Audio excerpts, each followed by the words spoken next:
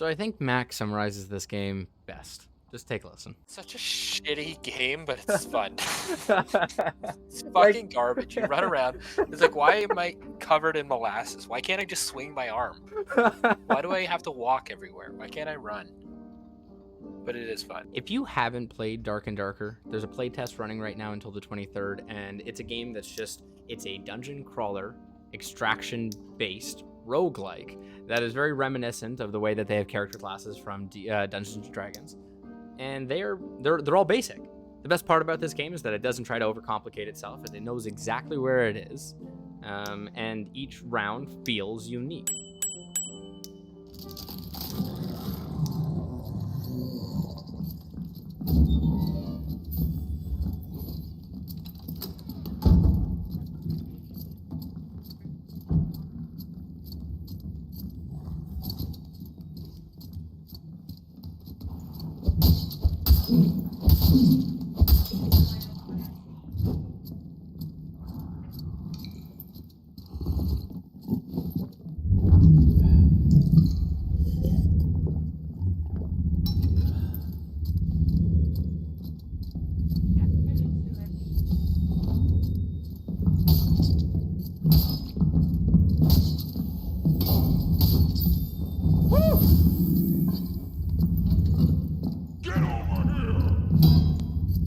It was at this moment that he knew.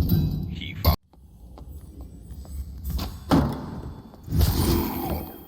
You're good.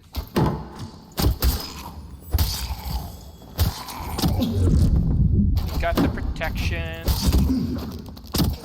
My God. Fine smiting. Wow, I just walked in and fucking wiped. How I many arrows are in you? hit Can them you so see many all those times. arrows? No, but there's so. Are you talking about my shield? No, just on your face too. How many hit? Anyway, So as a bit of a, and this is just an ad lib. Welcome back to Shut Me Up Reviews, where we're, at least in this case, we're looking at a playtest. Usually wouldn't do this, but because the game is so well-rounded already, I think it's worth it. Every month they're trying to release another playtest with an expanded user base just to go and see how the servers cope, as well with new iterations and updates to add to the game before release. From my understanding right now that it's going to be releasing in Q4 23, and I'm a little disappointed by that because right now it already feels complete, and I'd like to just continue diving in. In short, the way that the gameplay loop plays is that you start at level 1, there's a level 20 cap. Every 5 levels up to level 15, you open up a new set of passive skills, and you've got 2 active skills that you can use for each class.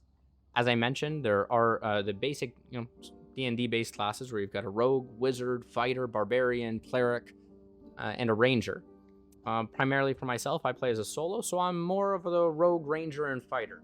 I've been loving having the rogue class and the rangers. I mean, I've set up some crazy 2-piece, 3-piece kills as the ranger. I'm not usually running in myself, but I like setting up kind of these cascading bits of chaos for other people.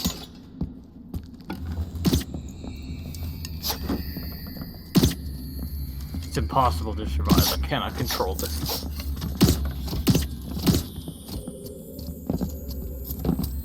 Oh my God! Woo! Woo!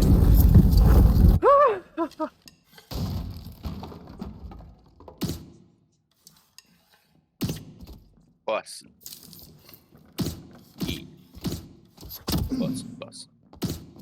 You load into a map. It is not procedurally generated the way that the map kind of rotates. I think there are 4 on rotation right now in the normal dungeons.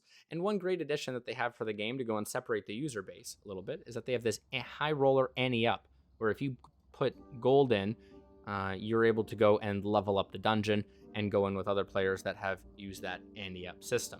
There's higher rewards as well that come with that, and similarly, the monsters are going to be more dangerous. It's a PvEVP style gameplay where you can play either solo or up with a group of 3. I mean, the way that it's set up as well, 3 is always so unique, and DMZ did the same kind of thing, but 3 actually works pretty well. As a solo player, you don't feel overburdened by the amount of players that you're facing. There is an absolute chance that as a solo, not even being too familiar with the game, you can go and take out a 3-man. And damn, does it feel rewarding. I mean, oh my God. As the zone continues to grow smaller in the game, it concentrates the area of where you're going to be playing as you take damage, similar to a battle royale, and then you extract or progress further down into the dungeon. The whole ante-up system was, and I think, a great iteration because it does separate the user base, where you've got the chads that are running around and they truly want to just get the best unique style items with their groups, but they play with the ante-up players. They don't have they all have generally the better gear, and it kind of leaves the normal dungeons for the newbies a little bit, at least, aside from the players that just want to run around and just cause that chaos with the high tier gear. The loot itself feels very rewarding. One thing that I think that differentiates this game from others is the way that it allows for accessibility in the gameplay loop itself. There's a problem with games like Escape from Tarkov where they want to be hardcore, and they are hardcore, but because they don't give people, especially newbies, the ability to just go in with at least a pistol or something so they can just do these quick matches, it takes away, it detracts from users who want to just play casually for a few hours and not bring in their gear, because people are inherently going to have gear fear. In this game, regardless of when you play, you always got this basic loadout. Now, the items are terrible, but you can tangibly feel how you can progress through that next game, and even if you lose everything, you know that you just play. And the second reason why the accessibility is so great is the match times are phenomenally low. I mean, again, comparing back to the Grandpappy Tarkov, but you go in and sometimes, let's say during a wipe or mid-season, your match times can be between 3 and 10 minutes, depending on where you are and which server you're playing on.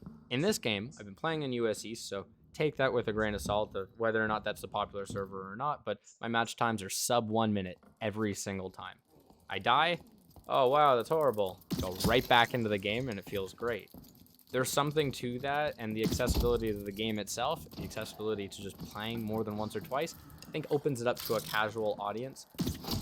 And it's something that, games like this need to be conscientious of. Marauders does the same thing, where even if you don't have a set of gear or you run out of gold, you just go back in and you pick up a pistol. It's a basic pistol, but you can feasibly, go through that game, progress, kill a Chad with a pistol if you're thoughtful.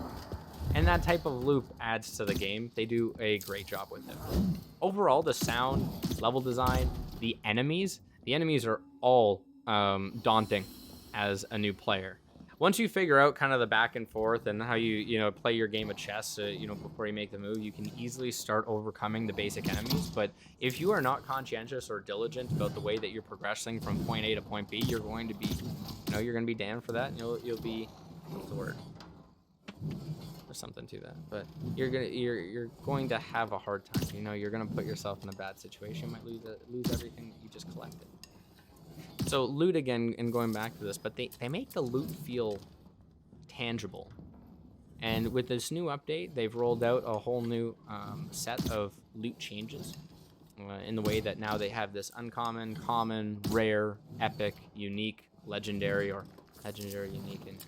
And there's a whole set of these changes in the way that you can either get some of them only from the high roller. The others are going to be dropped in the normal dungeons, but now even the uncommon sets of items will have different affixes to them that you'll notice, tangibly again make a difference. Even set of pants now will have agility on it or will, and those do make that difference for your character. I've been, for the most part, playing the rogue, ranger, and fighter, and each one of those as a solo player, and this is, for the most part, a solo review. The game it's rewarding, it's difficult, it's tough, but it's fun. I mean, if you have a chance right now, definitely go and pick up Dark and Darker, give it a shot, and then back to some of the other items. But let's say, the lighting itself in the game, it creates these incredibly dark atmospheres, Dark and Darker, who would think? But the fact that you can turn off your candle lit, what are they, conch, not conch, what is it? The thing in the wall, hold the light. I can't think of it off the top of my head. I'll put it in the edit afterwards. But you can turn all of them off, and you can truly just disappear into the dark. I mean, there's a scene here where I've got an invisibility potion.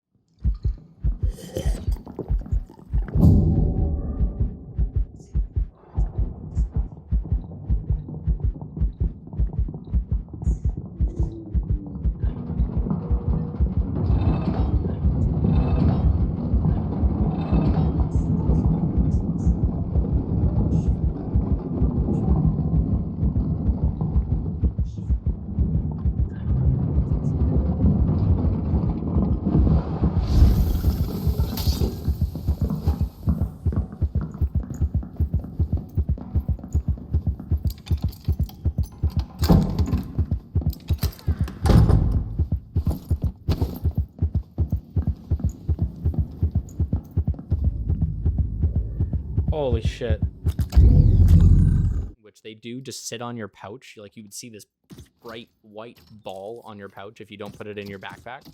But if you drink it, no one sees you. And you can make these great escapes, even as an individual player, right at the end, and it gets your heart pumping. After this, there's going to be a video that's going to be posted about Dark and Darker, and it'll have some of the fun sequences that I've gone through as a solo. Again, we're not progressing to end state kind of gear just to go and wipe the floor of everyone that's playing, but we are at least getting to a point where we have a relatively geared up player for a solo, and where you can make some fun exchanges with others. Anyways, this is the WookieBandit. We play on Twitch Tuesdays, Thursdays. That'll also be on YouTube going forward between 8 and 12 p.m. Eastern. Join in, tune in, and if you like the video, or you're just starting to play Dark and Darker, or at least this opened you up to start playing the game, put a comment below.